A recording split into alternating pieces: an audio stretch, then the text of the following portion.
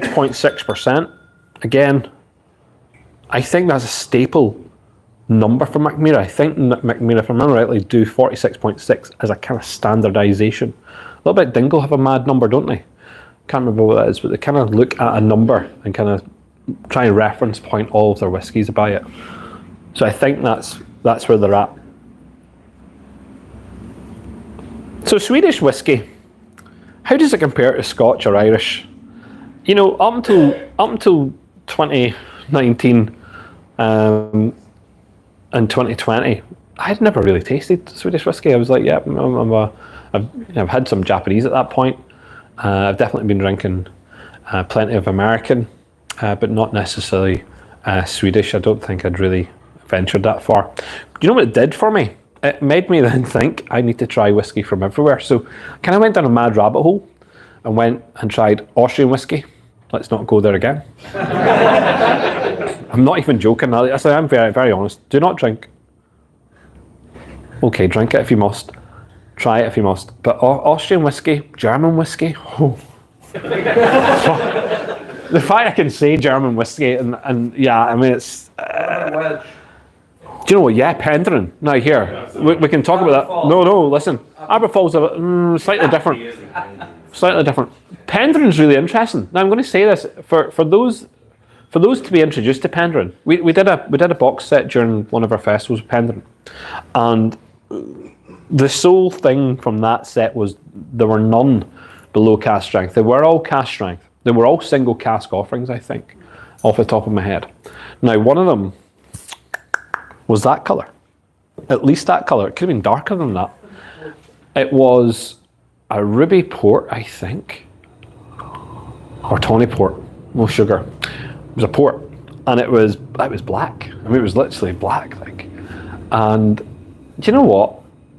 I would say we'd only, up to that point, the Whiskey Club had only tried the Penderyn that you would get in the supermarket, which is a Madeira cask, if I remember rightly. Odd shaped looking bottle.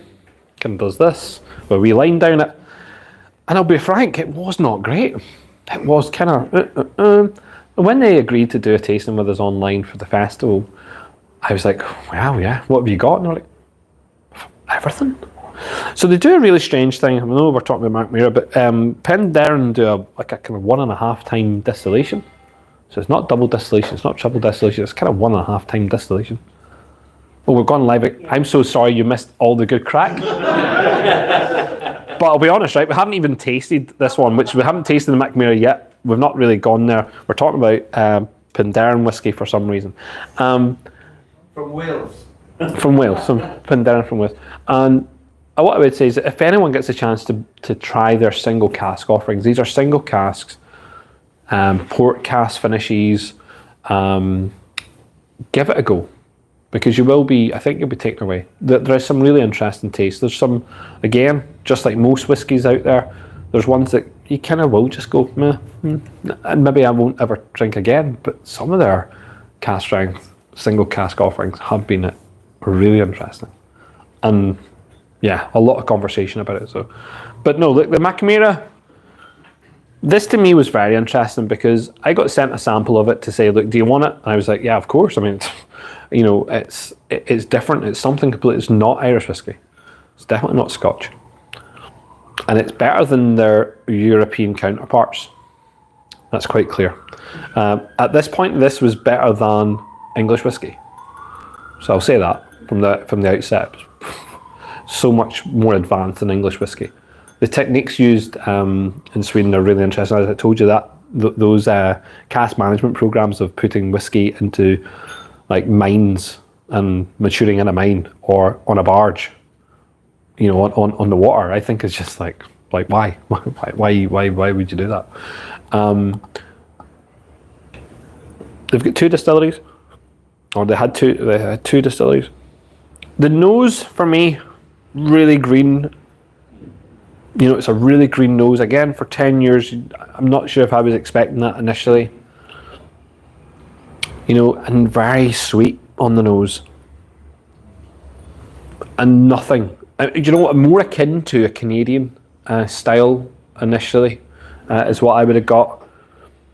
You know, some of those really funky grain whiskies that you would have got from Canada. But look, this is single malt. There's almost like a resiny or kind of a piney Yeah. kind of. Straight- Like it's quite. Straight up wood. Yeah. Straight up wood. I mean, using the new American oak, I think just gives that automatically. There's a lot of the English whiskies, bit of similarity. This is what I tried to say. So this was advance of English whiskies at that time. No doubt, shadow of a doubt. The English whiskies I'd tasted at that point were just not good enough. This, I thought, at 10 years, this is good, this is interesting, but everything up until that point with Macamira, non-age statement. And I think their purpose and to do that is to ensure that they're getting consistency amongst their flavourings.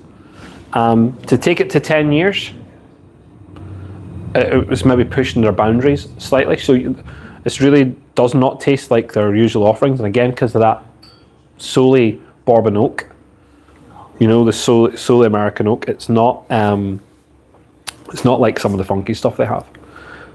To me, it just wasn't Irish. And not that I wanted it to be Irish, because I wanted it to be Swedish. I wanted it to be something different. It just wasn't Scotch. It just wasn't in the same ballpark. It's distinct. And I think that it becomes then an acquired taste. It's not Marmite either. I don't think it's a love-hate one. I don't think it's you can either love it or hate it. I think it's one that you start to understand and taste and get. I still think that this is 10 years old. I would like to see a Macamira at 20. I'd like to see what it looks like and tastes like and feels like, and and the amount of alcohol in it's just right. I think there's a lot of white sugar. It probably could go a little bit higher. Probably maybe take that away. Quite soft considering. It's soft, but it's a lot of sweetness, a lot of white sugar, a lot of green kind of youthfulness to it. And certainly it's as if it's been in definitely in a cask, which it's not, it's just not gathered a taste of anything other than the wood, if that makes any sense. Kind of just is like a white wood, and that's what it feels like. If the new oak was charred heavily, or I know nothing about that specifically. And what I would say is it's not overly charred. There's no tar. So I don't think so. I don't know what way.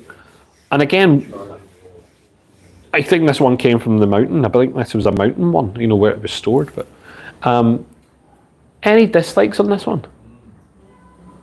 One disliker. So 2, 3. The dissenters in the room are starting to encroach. That's important. So again, that's important. Listen, to me, that's really important because this was good, this was good, this was good, this is just not good for some. And that's important. I don't think it has to be great for anyone. It's a revelation. Yeah. It's not mimicking or Definitely not. Quite important. So those that love drinking Japanese whiskey, where they continuously mimic Scotch or indeed try to mimic Irish by buying it. Some people support the festival, some people don't. It's okay. I don't mind calling you out. But when you sell your whiskey from a distillery in Ireland and Scotland to Japanese people and call it Japanese whiskey, there's something not right in the world. That needs to change. So, sorry. It does.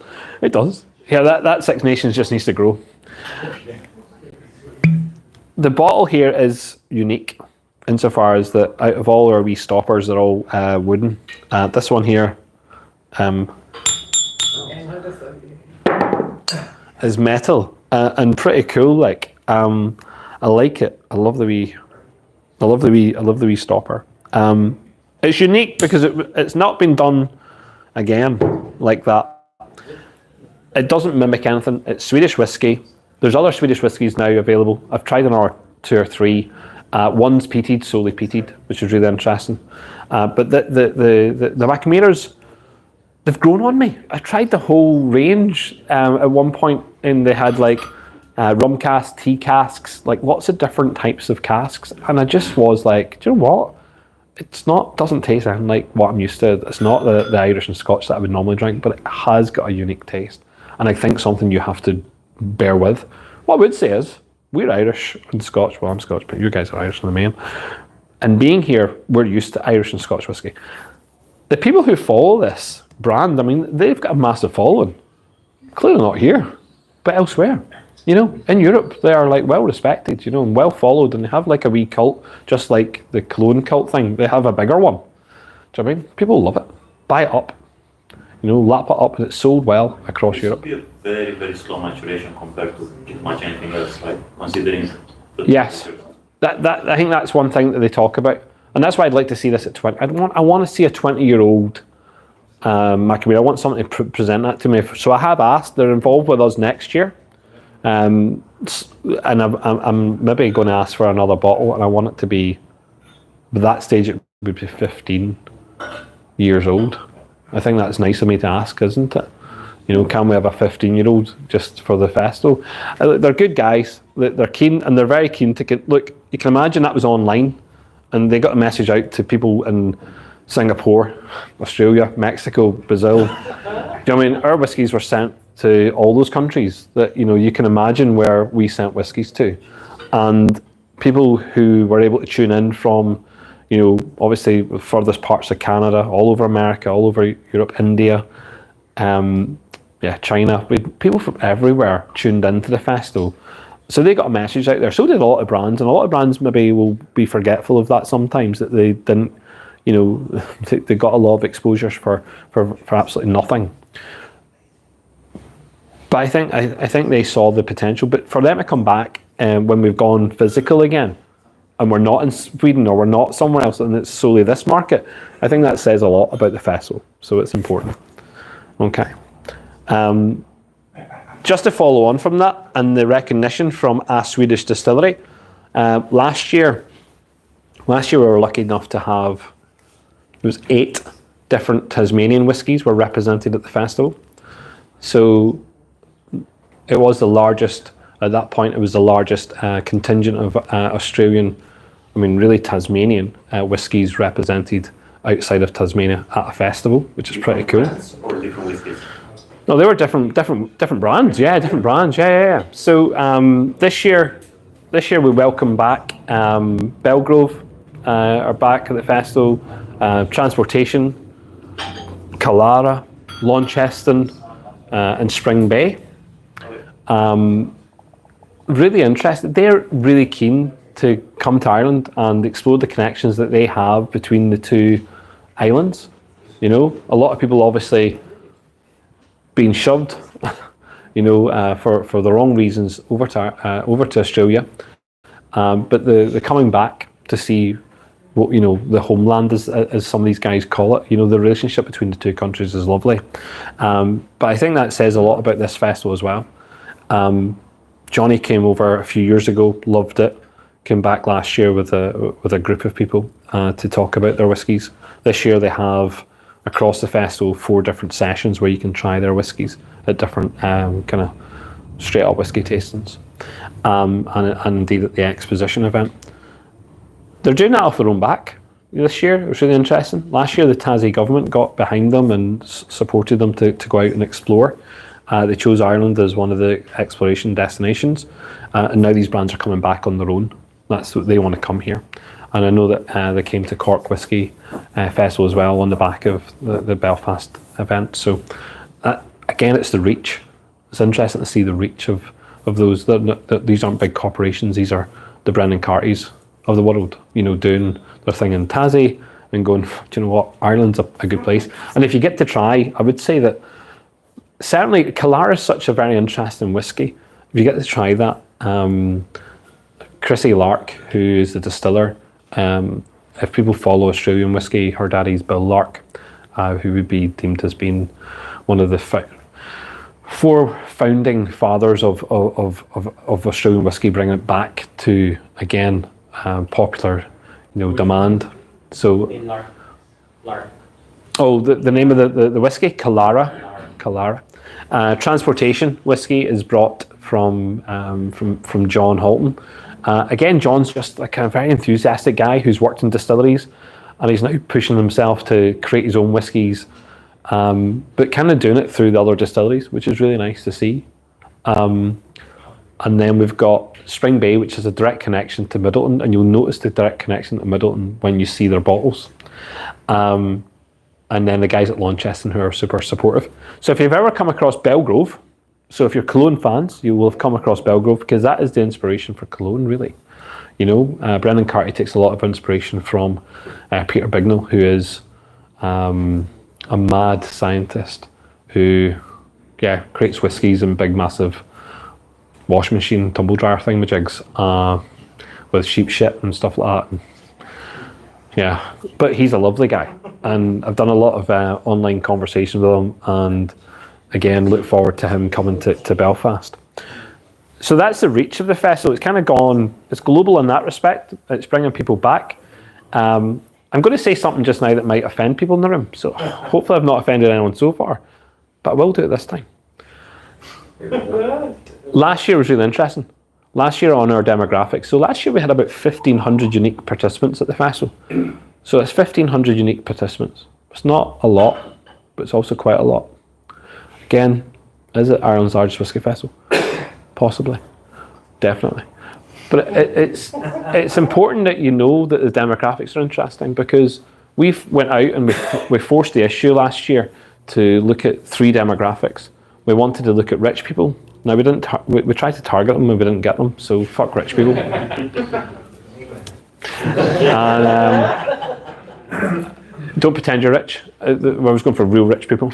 The Maserati and Ferrari drivers did not turn up. But no, I'm only joking. Like, all aside, we went for young people aged 21 to 36, and we went for women.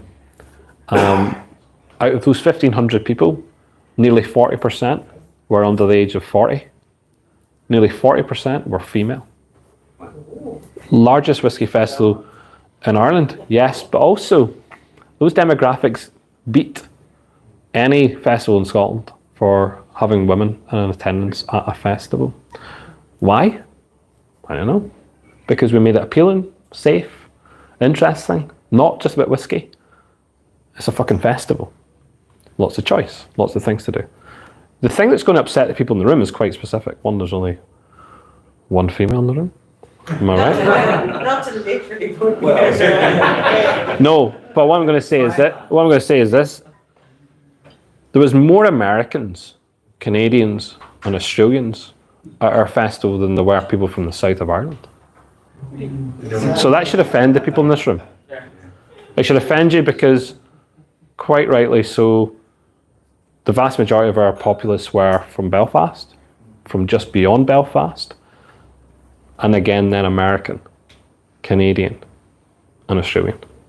Oh, and the Scotch also beat the amount of people from the south. So that's kind of like, is it Ireland's largest whisky festival without the Irish? Possibly. Interesting. So I don't mean to offend, but what I would say is there might be a couple of miles between these cities, maybe, but there's no reason for you not to come up to Belfast, is what I'm saying. Particularly if you can fly from frickin' back hole of nowhere in Canada to come. Go ahead. Have you thought of changing the date? Because I've been living in Ireland for 8 years and that's the only week of summer in Ireland. This is good. Do you know what? Do you know that's the only comeback you could have had. It's the only comeback you could have had. It's interesting about the date. Obviously, in the north, we have a very special fortnight in the north, and that fortnight over the last 10 years has really rescinded to a week, and in some cases, in parts of the country, it's rescinded to a day, which has been really important. It has been important because it has taken away. Ireland has this thing where we have a summer for about 8 weeks when our kids are off. Not sunshine, but 8 weeks of when the kids are off. And I think that in Belfast, we have a period of, and we're very lucky in the last 10 years to have a period of calm the weeks before this, which has been really important. So when I looked at the festival, and our dates are the same, and the same last week every July, and are the same for the next X amount of years going forward, that won't change. And it's because in Belfast, there was nothing else on at that point. Everyone leaves the city and they bugger off because they're on this 12-week, 2 weeks fortnight for the 12th and they're way on. And it was to bring two things. One, the industry in Belfast at that point is dead. I.e., bars are, running low. People are still getting paid, but the bars aren't making any money. Restaurants are an all-time low. I looked at that and thought, do you know what, Belfast during the summer, why is a city in Europe fucking dead? So I took the 1 week in the year where I felt, I can make a bit of a difference and trying to interject a little life into the city. And particularly over COVID, we hired something like 50 musicians, probably about 50 comedians, and about 20 odd DJs during the COVID, where no nightclubs or pubs or anyone else was hiring them. We hired them. So we hired them, we put them online, and we showed them to the world. Sure. So we created employment. Again, picking up now for these years that it's been physical. People are in Belfast. We have a lot of tourists. We're very lucky. Tourists make up the people in Belfast during this period. Also, according to the Irish calendar of holidays here, this is a good time for people in Ireland to go north, because you should be on holiday at this kind of point in time as well. And yes, have we had good weather? Yes and no. I think last year we got about, out of the 9 days, four days of sunshine, 5 days of pissing down rain. So, you know what I mean? It wasn't the bestest. And people out in the walking tours, they got the worst. They got it bad. They got soaked. But I mean, look, everyone else was in having parties. Any special discounts? You're looking to get us up. Well, we'll talk about it in a minute. They're fucking brass in here, I mean, you come down here for the crack and they're brass. They are brass. Any questions online here? No. Right. So look, we'll finish on the McNamara. A couple of negatives over here, a couple of positives, but in the main, I would say, hazard a guess, it's not the best of the night, but something different. And what I'd say is, please take the opportunity to go and try, because we are probably in the main drinking Irish whiskey and drinking Scotch whiskies. Go and try other ones just for the crack. Go ahead, sir. Definitely one thing I'd say to you about it is, you mentioned about the different areas that the McMyra are chosen to mature their casks. Yes. Ali made a point there about the pine notes in it. You can definitely get that. But there's also one thing there that brings me back, and you mentioned it earlier on, about the whole heritage thing and memories that they kind of conjure up. Now there's overall left in the glass, there's a little bit left in each one of the others. It's like barley sugar. As a kid, you unwrap the plastic and there's the audible sound, and then you start sucking on it. That's exactly what I got from the barley sugar. Okay. Like the twisty, curly, golden colour. You stick it into your face, you stick that to your face, you say, here's somewhere in the glass. Yeah. Oh, well, that's interesting. Yeah. And I'm glad it invokes good memories for you, and you can relate to it nicely. And even for people who are of the gin fraternity, there's definitely a hint. Maybe not so much as a hint. Yeah. But it's a little bit more than just a gentle hint of juniper. No, there is. And the botanical element of, that's interesting, the botanical element of McNamara over all of their stuff is there, and it is interesting. I think so. Earlier on, you mentioned about the Bushmills as the DNA. Yeah. Well, that's where we're at. So Bushmills, final one. So this one here is for the Irish market. 14-year-old. I thought this was really interesting. They released it 2 weeks after they released it. It was for sale before they released it, which I thought was really interesting. I did the tasting the day at which it was sold, and it got a good response. I thought, oh, super. So I think everyone needs to drink this, and there's a reason for it. It's because Bushmills, as we know it, is the 10-year-old, is the 16, is the 21, and obviously in the last 4 years we've been blessed with the Causeway collection. And I do say this, we have been blessed.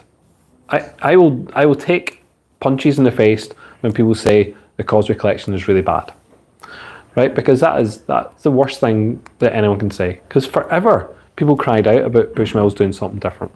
And when they do something different, then people moan about it. So they all need to grow up. The Causeway collection has probably been one of the best examples of, again, cask manipulation using the exact same spirit.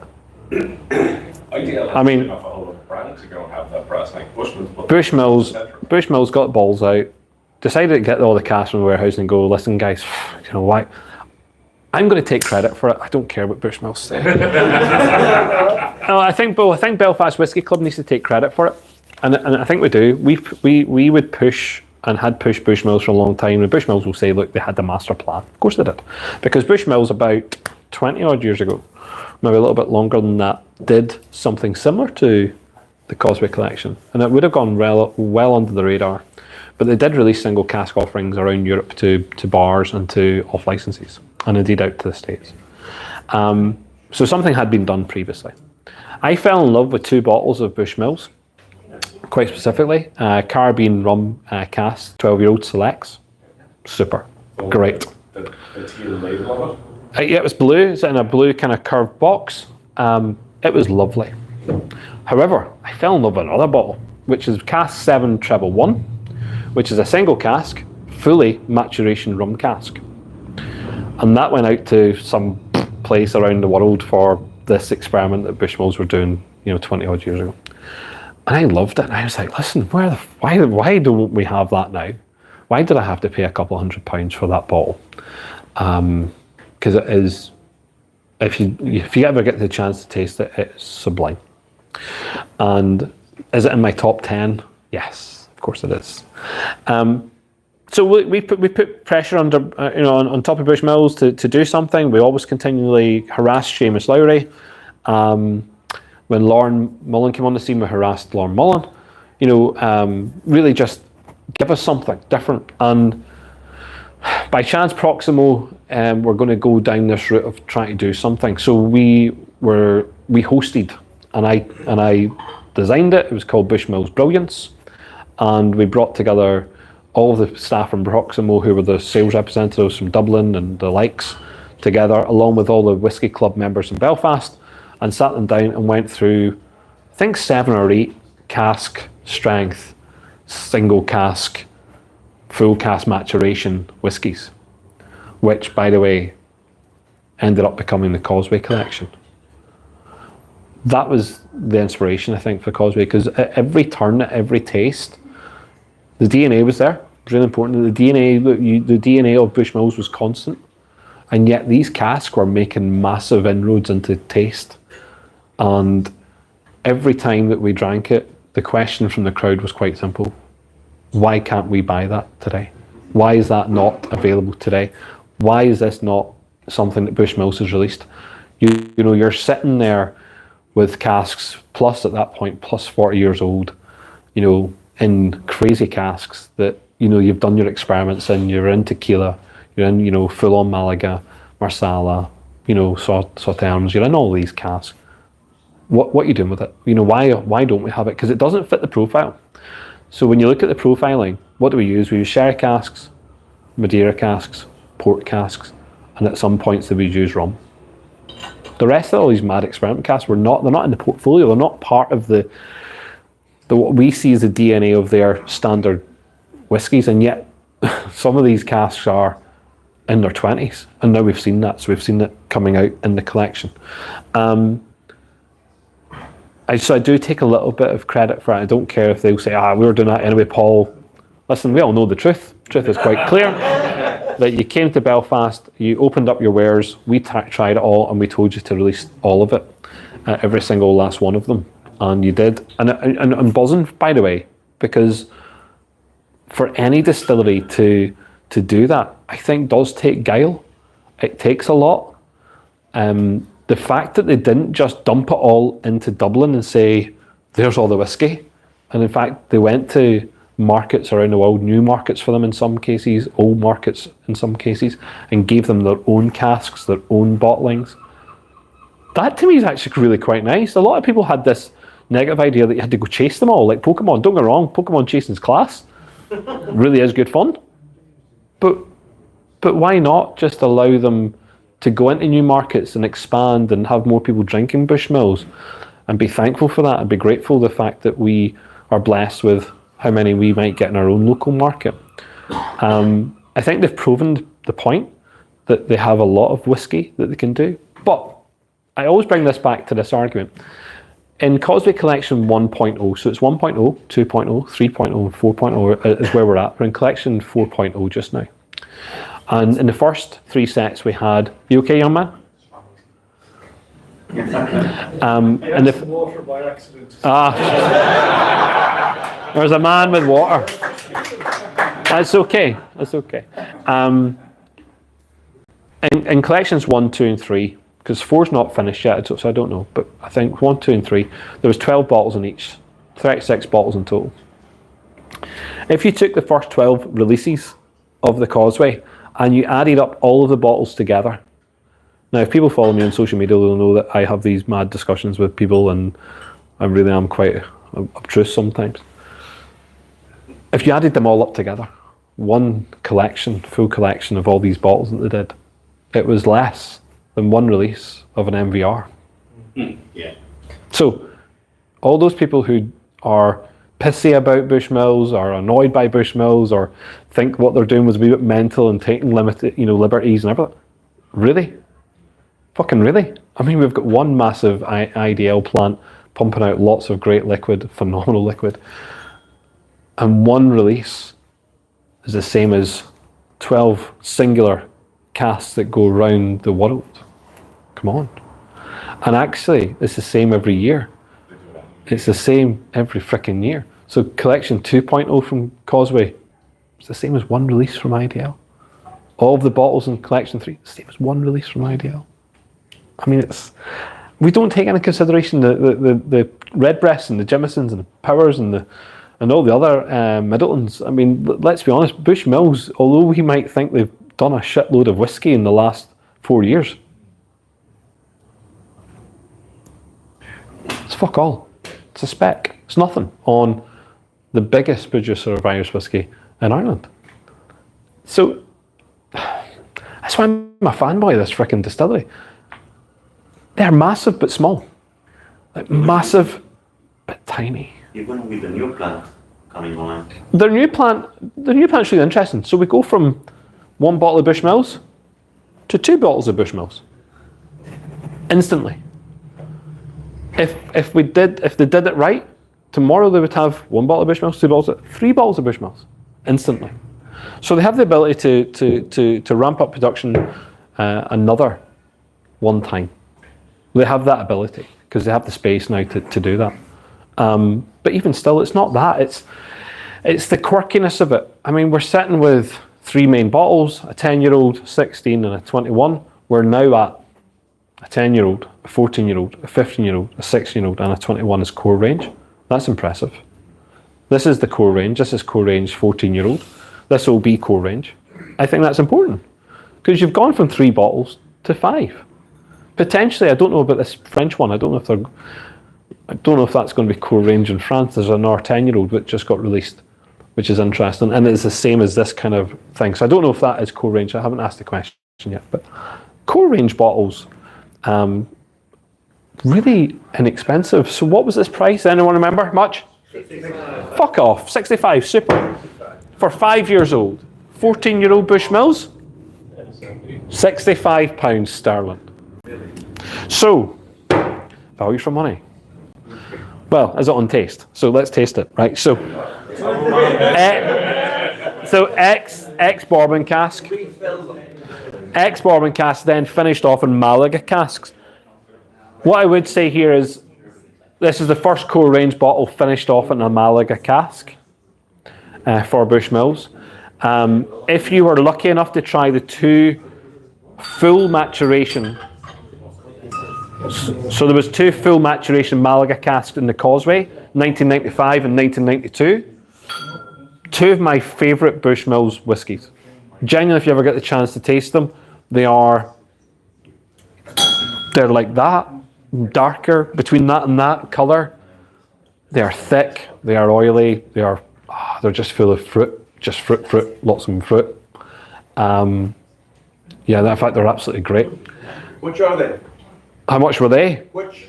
Oh, the 2 Malagas, 1992 and 1995, part of the Causeway collection.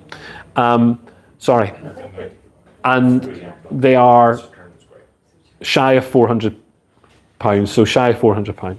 I don't know what the secondary price is now for them, but that's where they were originally. Retailed in between £300 and £400. And they were epic, like really, really good. This I wondered, are you going to mimic it? Is it going to be mimic? Well, it can't mimic it because it comes in only at what, 40%, which is the Bushmill story. It's 40% whiskey. It's produced because it's core range to get the most out of it, to get it into people's hands. It's inexpensive. I would like to use that word on that bottle. I think it's inexpensive. I mean, what's a bottle of Redbreast 15? How much? 100. Sorry, the fact that you went above 100 says it all. So again, 65 sterling. Yeah. So two of them, and we get maybe Redbreast 15. It's just twice the bottle of Bushmills original. Twice the price of Bushmills original. The Bushmills original 10-year-old. Yeah, no, Or Blackwood you know what I mean? Like it's just twice the price of The 10-year-old Bush. I think they do all right. I think cost-wise, they've done all right. Taste-wise, on the nose, a little bit. Even though it's 40%, I feel that you get alcohol in the nose. There's a little spice, a little heat to it. Sherbet. Yeah. The chat says goji berries, baked fruits, heather, and mango. Mango, yeah. Well, that's interesting. Yeah. It's tropical. Tangy on the palate. It's tropical. Yeah. It's very tropical. Mango, yeah. The nose, very nice. Would you say lemon? I said lemon balm. Yeah. Flat on those flowers. My first tasting of this when I did it, I just thought lemon, like just as if it was rubbed on your fingers. That's what I thought it was initially. Sweetness, really sweet. Yeah. But there's something interesting. So if you get the chance, I know you've got small amounts in your glass. Some of you bigger amounts. Did you get half of his there? Did he just pour yours in? Yeah. I'd say take a proper mouthful of this one. I quite like the mouth of this one. It's not just for sipping. I like the mouth, a full mouthful of it. I just think it's important that we have the Bushmills here when we did the Bushmills 11. So if you had the comparison, if you have the ability to go back to the Cologne, I mean, massive change. And again, I think he deconstructed somehow the Bushmills liquid by putting it into a potching cask. I think it stripped away some of that DNA that we'd be used to. It's back in here though, so there's lovely fruits, lovely stone fruits, but it's tropical. It's got like a lovely tropical note, citrusy elements coming through, but it's tropical. I think it's kind of funky and it could easily be sitting in a cocktail for me right now, with lashings of ice. I'd even take that with. I'm going to say this is really. People might think I'm being silly. I'd take that with ice and some lemonade right now. In the summertime, I think that's a lovely drink. But as a single malt, 14 years old, Super. 65 quid. Is it on the money? Is it right? Anyone disliking it? No. What? No one dislikes it. I know, I just think after having it. Sorry? I think after the cast. You prefer the 10-year-old? That's after your water. No, I'm only joking. No, you're quite right. No, look, listen, but that's interesting because they think the 10-year-old's good. So, I mean, I can't. Hold on. Oh, you like the 10? That's crap. 10-year-old's really good. So, I think that makes a point. I think it makes a point insofar as that it is good, and I think I think it's an accessible whiskey. I want the whiskies to be accessible. I don't want whiskies to be costing lots and lots of money. I like accessibility. Oh, by the way, the Macmira when it came out, I think was like 55 quid as well. Like it was inexpensive. Accessible whiskies, pretty important. The question that was asked was about the festival, and the man had the audacity to ask questions. Look, the Whiskey Festival is accessible. So our cheapest event at the festival is £15, so it's £15 sterling. I don't know what that is in the money down here, but £15 sterling. How much? 18 euro, 19 euro. Super. That's pretty inexpensive. And the most expensive event in our festival, singular event in the festival, is 80 sterling. And that's a bit of a mad event. It's a poker evening. So if you're into poker, there's a poker evening run by one of the whiskey brands in the north. But that's where it's at. So the price point. So you're asking for a discount. If we go for 15 sterling to 80 sterling for the events, in between all of that is a type of events. So walking tours, cocktail making sessions, sensory events where you get to understand why you drink whiskey, which I think is really important. Food pairings, so be that with donuts or with chocolates or with patisseries. First question being, which donut place do you go to for the donuts? Donuts. Yes. We've got So, fine dining experiences where we ask some top chefs to make dishes with whiskies. Pairings with good meals and good whiskies. All of that's within that price bracket. To come to the festival, we run 12 to 12 every day. So it's 12 in the afternoon through to 12 in the evening. There's 4 sessions per day. There's 4 sessions per day, and 9 days, you say? over 9 days. But there's some real interesting points about this. It's not come and drink as much whiskey as you can in 4 hours. Please don't do that. It's different. It's 12 hours, and when you think that we limit the amount of whiskey that we take on in our first session, anything between 3 and 4 whiskies. When you go into the second session, which runs between 3 o'clock and 6 o'clock, it's about 4 whiskies. When you go to 6 to 9 sessions, it's always food. So it's always in a restaurant or in a takeover cafe or whatever we're doing. It's always with food. And again, you're maybe up to about 5 or 6 whiskies. And by the course of the day, if you've drunk over 12 hours, 12 whiskies to 14 whiskies, you've done all right. And I think that's okay, because actually in the grand scheme of things, as an adult, you should be able to cope with that over 12 hours. Your body should be able to cope with that, scientifically. Instead of drinking 20 in 4 hours. So I'm not having you see where I'm coming from this? It's an experience, it's not to be abused, and it's not been abused. And that's the one thing that we've realised over the last, although 2 of them were online, but those 3 years where we're physical. Really, could I have counted on one hand how many drunks we had? Definitely. Definitely. Because you can come and enjoy yourself, and I'm sure you can get drunk, that's okay. But you won't be drunk in our events, and we don't accept that. So you can come for a day, you can buy a day pass. A day pass costs £100. And £100 gets you 4 different events throughout the day. I think that's good value for money already. If you want a discount, I'm sure we could provide one. And that's fine. I'd already agreed to provide a discount. I've already agreed to provide, and I think there's you're doing it some sort of raffle or. Yeah, we're doing spot prizes for tickets. Yeah. Okay, so I've given to the society 10 expo tickets. So one of our events out of those 100 is an exposition event, a very small Dublin Live style event, one of them. And the only other big event, because most of our events cater for anything between 15 people and about 40 people. The other event is a cocktail takeover. We take over one of our inside-outside eatery spaces where we've got lots of places to eat, and then we put in 10 brands with cocktails. And if you want to go and enjoy really high-class cocktails, that's where you go, because they create really nice cocktails. So there are 2 big events. But yeah, look, it's an interesting festival. I don't force anyone to go to it. People come if they want to come, and that's grand. I'd appreciate you to come and enjoy it and see it at least once and make your mind up about it, okay.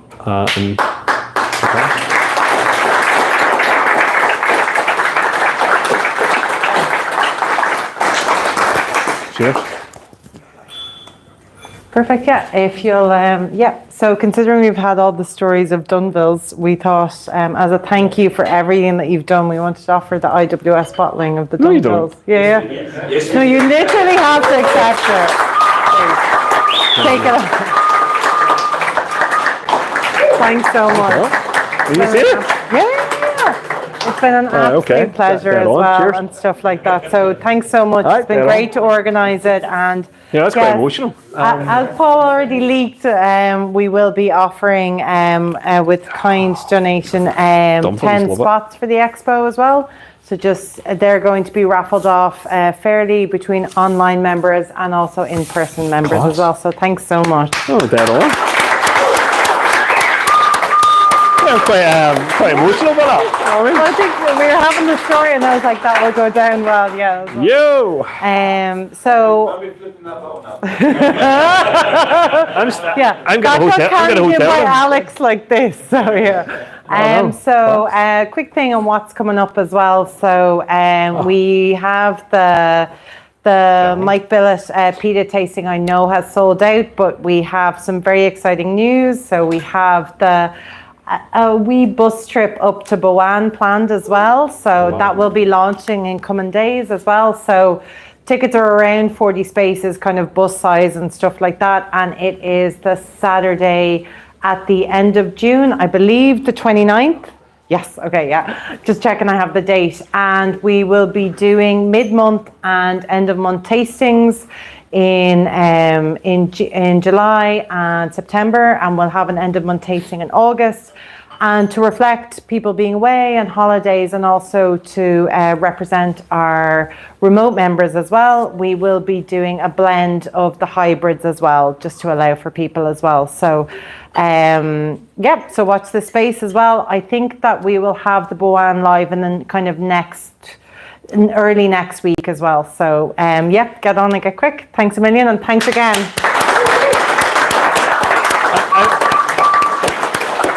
I was just going to say, we stole your colours this year. I like a good stitching. Yeah, you like that. So we went, no.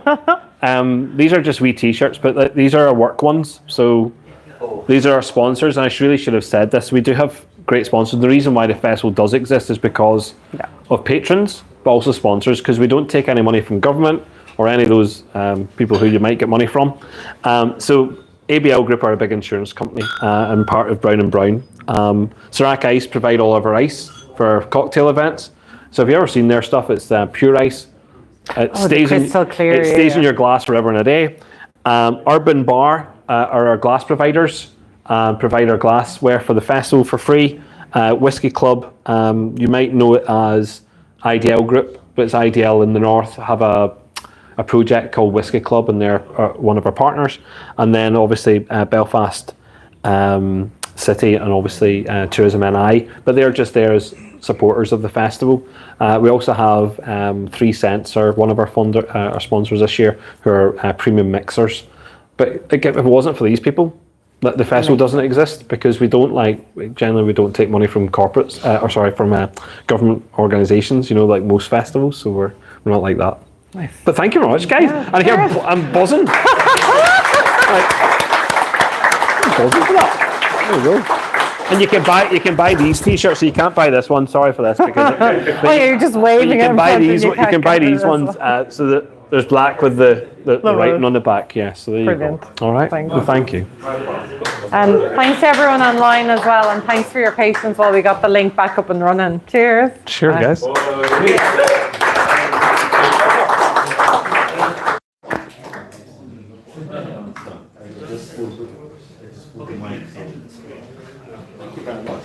Otherwise, it's just Yeah, just keep.